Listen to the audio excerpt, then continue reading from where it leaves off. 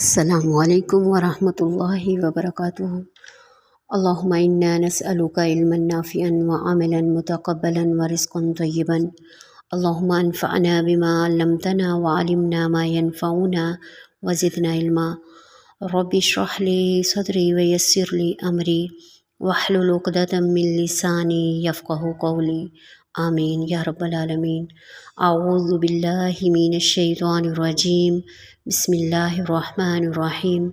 ربنا وجعلنا مسلمین لک، اے ہمارے رب ہمیں بنا، ہم دونوں کو بنا اپنا فرما بردار، ومن ذریاتنا، اور ہماری اولاد میں سے بھی، امتاً مسلمتاً لک، ایک جماعت فرما بردار ہو تیرے لیے، وارنا، اور ہمیں دکھا، مناسکنا، ہماری عبادات کے طریقے، وتوب علینا، اور ہماری توبہ قبول فرما، انکا انت التواب الرحیم، بے شک آپ ہی توبہ قبول کرنے والے مہربان ہیں۔ ربنا وبعث فیہم رسولا منہم، اے ہمارے رب بھیج فیہم ان میں، رسول ایک رسول، منہم انہی میں سے، یتلو کہ وہ پڑھے، علیہم ان پر، آیاتی کا تیری آیات، ویعلمہم اور ان کو تعلیم دے، کتاب کی، والحکمہ اور حکمت کی، ویزکیہم اور ان کا تزکیہ کرے، انکا انت العزیز الحکیم، بے شک آپ ہی غالب حکمت والے ہیں۔ مسلمین یہ تثنیہ کا صیغہ ہے، اس کا روٹ ورڈ جو ہے سین لام میم ہے، ذریاتنا زال را ہے، ہماری اولاد، مناسکنا مناسک نسک سے ہے، نون سین کاف اس کا روٹ ورڈ ہے، وبعث با عین ثا، والحکمہ ہا کاف میم، حکم حاکم اسی سے نکلا ہے، کسی چیز کو اس کی اصل جگہ پر رکھنا حکمت کہلاتا ہے۔ یزکیہم ازال قاف واو، ہر طرح کی علائشوں سے پاک کرنا۔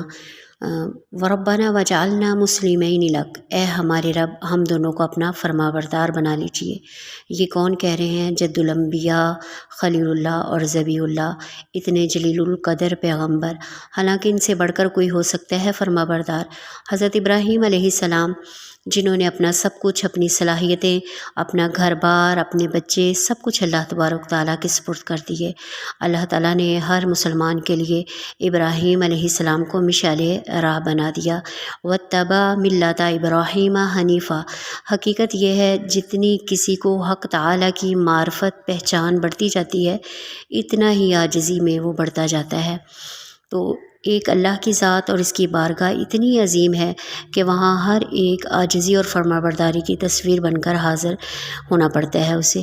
جب کسی میں یہ بات آ جائے کہ میں اللہ کے ہاں مقبول اور محترم ہوں، اب مجھے کیا ضرورت ہے کہ میں بار بار عاجزی کے ساتھ اللہ تعالیٰ سے دعائیں مانگوں، تو وہ سمجھ لیجئے کہ وہ شخص جو ہے وہ برباد ہو گیا۔ لیکن اللہ تعالیٰ کے برگزیدہ بندے، اللہ والے، ان کا حال جس طرح شاخ پر میوے لگتے ہیں، پھل لگتے جاتے ہیں تو وہ جھکتی جاتی ہے، اللہ کے نبی اور ان کے راستے پر چلنے والے بھی اللہ تعالیٰ کی نوازشات پر جیسے جیسے گرابار ہوتے جاتے ہیں، ویسے ویسے ان کی عاجزی میں اضافہ ہوتا جاتا ہے۔ بڑے عاجزانہ انداز میں، اے ہمارے رب ہم دونوں کو اپنا فرما بردار بنا لیجئے۔ مرتے دم تک اپنا متی و فرما بردار بنائے رکھنا۔ اپنے لیے فرما برداری کی دعا مانگی اور اپنی اولاد کے لیے بھی وہی مانگی کہ اے اللہ ہماری اولاد کو بھی وہی دولت دے دیجئے جو اپنے لیے مانگی، کہ اے ہمیں اپنا بھی فرما بردار بنا اور ہماری اولاد میں سے بھی ایک جماعت ہو کہ ومن ذریاتنا امۃ مسلمۃ لک۔ حضرت ابراہیم اور حضرت اسماعیل علیہ السلام جو ہے اس دولت کی اہمیت ان پر واضح تھی کہ جو انہیں دی گئی تھی، دولت ایمان اور ثروت عقیدہ، یہ اہمیت اور خواہش انہیں مجبور کرتی تھی کہ وہ آنے والی نسلوں کے لیے بھی اس دولت کے بارے میں التجا کرے۔ اس لیے وہ اپنے رب سے اپنی اولاد کے بارے میں بھی دعائیں کر رہے ہیں، جس کی قدر و قیمت کے برابر کوئی چیز نہیں ہے، کہ وہ ایسی جماعت ہو کہ جن کی زندگی کا مقصد تیری فرما برداری ہو، تیرے دین کی سربلندی ہو، اور تیرے لیے اپنا سب کچھ قربان کر دینے کے سوا کچھ نہ ہو، کیونکہ اسلام کا معنی فرما برداری اور خود سپردگی ہے۔ وہاں سے جو ہدایت ملتی ہے اس کے مطابق زندگی گزارنا ہوتا ہے۔ اس دعا میں پہلے انہوں نے دعا کی تھی، اس دعا سے پہلے انہوں نے دعا کی تھی یعنی وسائل رزق کی فراوانی کے بارے میں۔ یہاں انہوں نے جو ہے وہ دعا کی اپنی اولاد کو دولت ایمان کے بارے میں۔ انہوں نے یہ بھی دعا کی کہ وہ انہیں تعلیم مناسک بھی دے۔ وارنا مناسکنا وتوب علینا انک انت التواب الرحیم۔ مناسک منسک کی جمع ہے اور اعمال حج کو بھی مناسک کہا جاتا ہے۔ ہمیں حج کے طریقوں کی بھی تعلیم دے دیجیے۔ وتوب علینا، ہماری توبہ بھی قبول فرما دیجیے، بے شک آپ ہی توبہ قبول فرمانے والے مہربان ہیں۔ حضرت ابراہیم اور حضرت اسماعیل علیہ السلام دعائیں کر رہے ہیں، توبہ کر رہے ہیں، حالانکہ قرآن مجید میں تو ان کو فرما برداری اور وفاداری کے سرٹیفکیٹس دے دیے۔ تابہ یتوبو کا مطلب ہوتا ہے واپس آنا اللہ کی طرف۔ آپ کہیں اور ہیں۔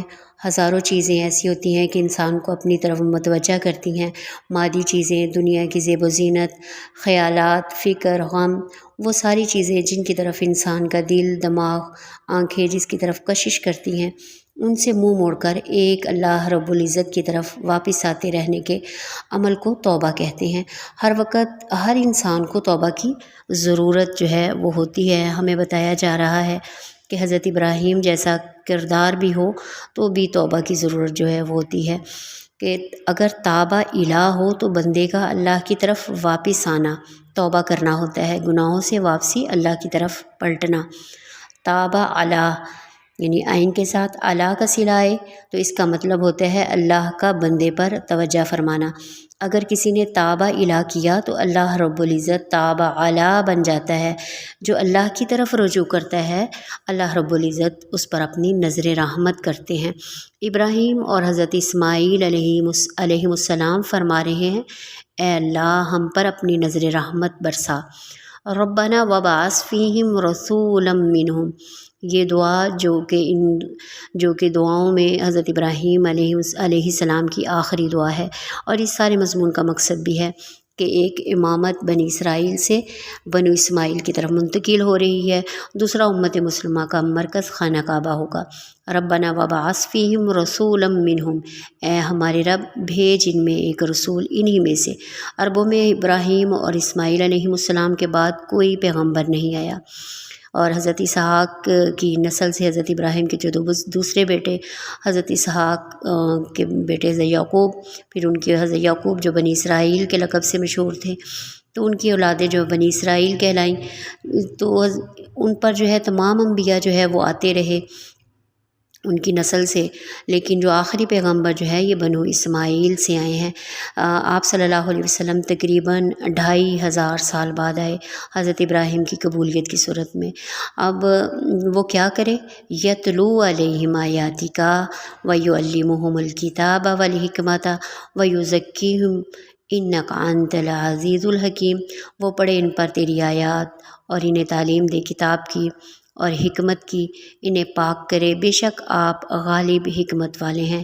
حضرت ابراہیم علیہ السلام نے اپنی آئندہ نسل کی فلاح، جو دنیا و آخرت کی کامیابی کے لیے یہ دعا کی کہ میری اولاد میں ایک رسول بھیج جو ان کو آپ کی آیات تلاوت کر کے سنائے اور حکمت سکھائے، یعنی قرآن مجید کی تفسیر، تشریح اور سنت و حدیث کی تعلیم دے، ویزکیہم، اور ان کا تزکیہ کرے، ان کا ظاہری نہیں بلکہ اندر ان کی روح کی پاکیزگی کرے، اور ان کا ظاہری و باطنی گندگیوں سے پاک کرے، یعنی شرک، کفر، عقائد فاسدہ، برے اخلاق، تکبر، حرص، حب مال و جاہ وغیرہ سے پاک کرے۔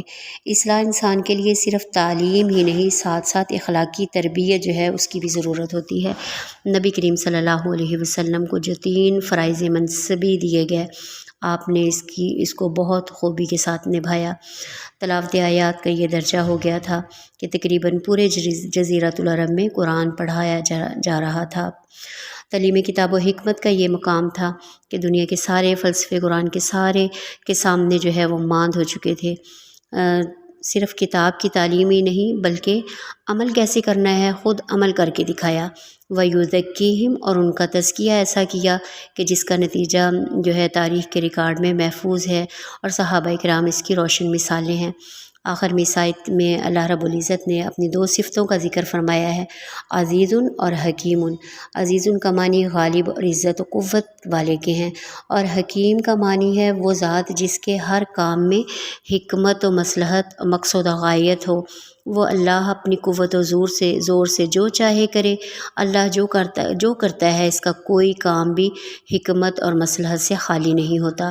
اللہ تعالیٰ سے دعا ہے کہ اللہ تبارک و تعالیٰ ہمیں اس قرآن مجید کے ساتھ جڑے رہنے کی توفیق عطا فرما دے، اس قرآن کو ہمارے دلوں کی بہار بنا دے، ہمارے غموں کا مداوا بنا دے۔ اللہ تعالیٰ جو تنگ دست ہیں، بیمار ہیں، ان کو ایمان کے ساتھ صحت کاملہ عطا فرمائیے اور ہمارا خاتمہ بالایمان فرمائیے۔ ہمیں اپنے والدین اور ہمارے بچوں کو ہمارے لیے صدقہ جاریہ بنائیے، آمین یا رب العالمین۔